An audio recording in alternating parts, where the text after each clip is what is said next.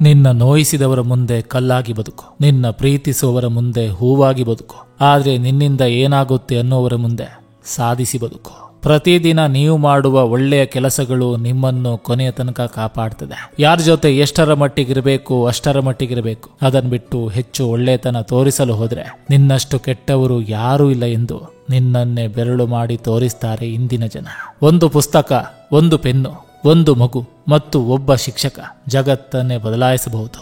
ಜೀವನದ 5 ತತ್ವಗಳು: ಮಾತನಾಡುವ ಮೊದಲು ಆಲಿಸಿ, ಖರ್ಚು ಮಾಡುವ ಮೊದಲು ಗಳಿಸಿ, ಬರೆಯುವ ಮೊದಲು ಯೋಚಿಸಿ, ಸೋಲನ್ನು ಒಪ್ಪಿಕೊಳ್ಳುವ ಮೊದಲು ಪ್ರಯತ್ನಿಸಿ, ಸಾಯುವ ಮೊದಲು ಜೀವಿಸಿ. ಇರೋ ವಿಷಯವನ್ನು ನೇರವಾಗಿ ಹೇಳ್ತೀವಲ್ಲ, ಅದಕ್ಕೆ ನಾವು ಈ ಪ್ರಪಂಚದಲ್ಲಿ ಎಲ್ಲರ ಕಣ್ಣಿಗೆ ಕೆಟ್ಟವರಾಗಿ ಕಾಣ್ತೇವೆ. ಏನ್ ಮಾಡೋದು? ಮುಖಕ್ಕೆ ಬಣ್ಣ ಹಚ್ಕೊಂಡು ನಾಟಕ ಆಡೋದಕ್ಕಾಗ್ಲಿ, ನಾಲಿಗೆಗೆ ಬಣ್ಣ ಹಚ್ಕೊಂಡು ನಯವಾಗಿ ಮಾತಾಡೋಕ್ಕಾಗ್ಲಿ ನಮಗ್ ಬರೋದಿಲ್ಲ.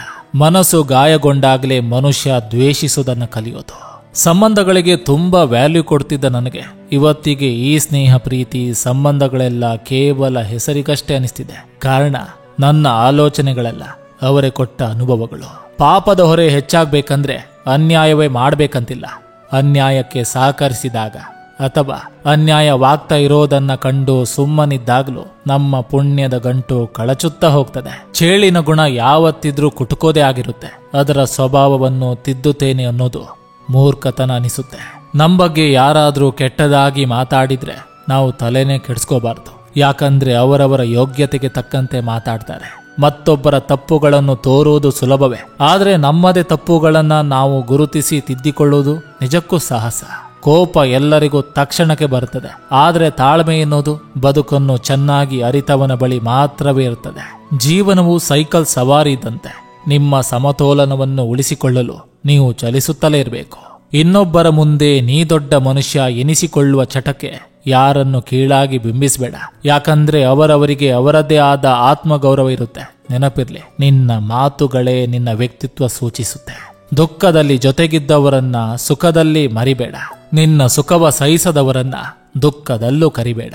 ಇವತ್ತು ಬದುಕಿದ್ದೀವಿ ಅನ್ನೋದು ನಿಜವಾದ ಬದುಕು, ನಾಳೆ ಬದುಕ್ತೀವಿ ಅನ್ನೋದು ಬರೀ ಕನಸು ಅಷ್ಟೇ.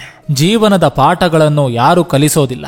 ಸಮಯ ಸಂದರ್ಭಕ್ಕೆ ಅನುಗುಣವಾಗಿ ನಾವೇ ಕಲಿತಾ ಹೋಗ್ಬೇಕು. ಅದೇ ನಿಜವಾದ ಜೀವನ. ಉನ್ನತವಾದ ಗುರಿ ತಲುಪಲು ನಿಮ್ಮ ವಿರೋಧಿಗಳ ಮನಸ್ಸನ್ನು ಗೆಲ್ಲಲೇಬೇಕು. ಮಾಡಿದುಣ್ಣು ಮಾರಾಯ. ಕಾಶಿಯಲ್ಲಿ ಪುಣ್ಯ ಸ್ನಾನ ಮಾಡಿದ್ರು ಮಾಡಿದ ದ್ರೋಹಕ್ಕೆ ಕಷ್ಟಕರ್ಮ ಅನುಭವಿಸಲೇಬೇಕು. ಸತ್ತಾಗ ಮತ್ತೆ ಹುಟ್ಟಿಬಾ ಎನ್ನುವ ಬ್ಯಾನರ್ ಹಾಕುವುದಕ್ಕಿಂತ ಬದುಕಿದ್ದಾಗ ಸೋರುವ ಆತನ ಮನೆಗೆ ಒಂದು ಟಾರ್ಪಲ್ ಹಾಕಿ ಬರೋಣ.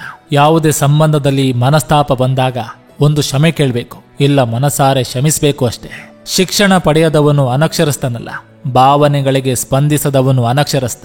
ಸಜ್ಜನ ಬಂಧುಗಳೇ, ಇದು ಇಂದಿನ ಸಂಚಿಕೆ ಅಂತ ಹೇಳ್ತಾ, ಈ ಸಂಚಿಕೆ ನಿಮಗೆ ಇಷ್ಟವಾಗಿದ್ರೆ ದಯವಿಟ್ಟು ಒಂದು ಲೈಕ್ ಮಾಡಿ, ಜೊತೆಗೊಂದು ಕಮೆಂಟ್ ಮಾಡಿ. ಮತ್ತೆ ಮುಂದಿನ ಸಂಚಿಕೆಯೊಂದಿಗೆ ಅತಿ ಶೀಘ್ರದಲ್ಲಿ ನಿಮ್ಮನ್ನ ಭೇಟಿ ಆಗ್ತೇನೆ. ನಿಮ್ಮೆಲ್ಲರ ಮನಸ್ಸು ಪ್ರಶಾಂತವಾಗಿರಲಿ ಅನ್ನೋದು ಈ ವಾಹಿನಿಯ ಉದ್ದೇಶ.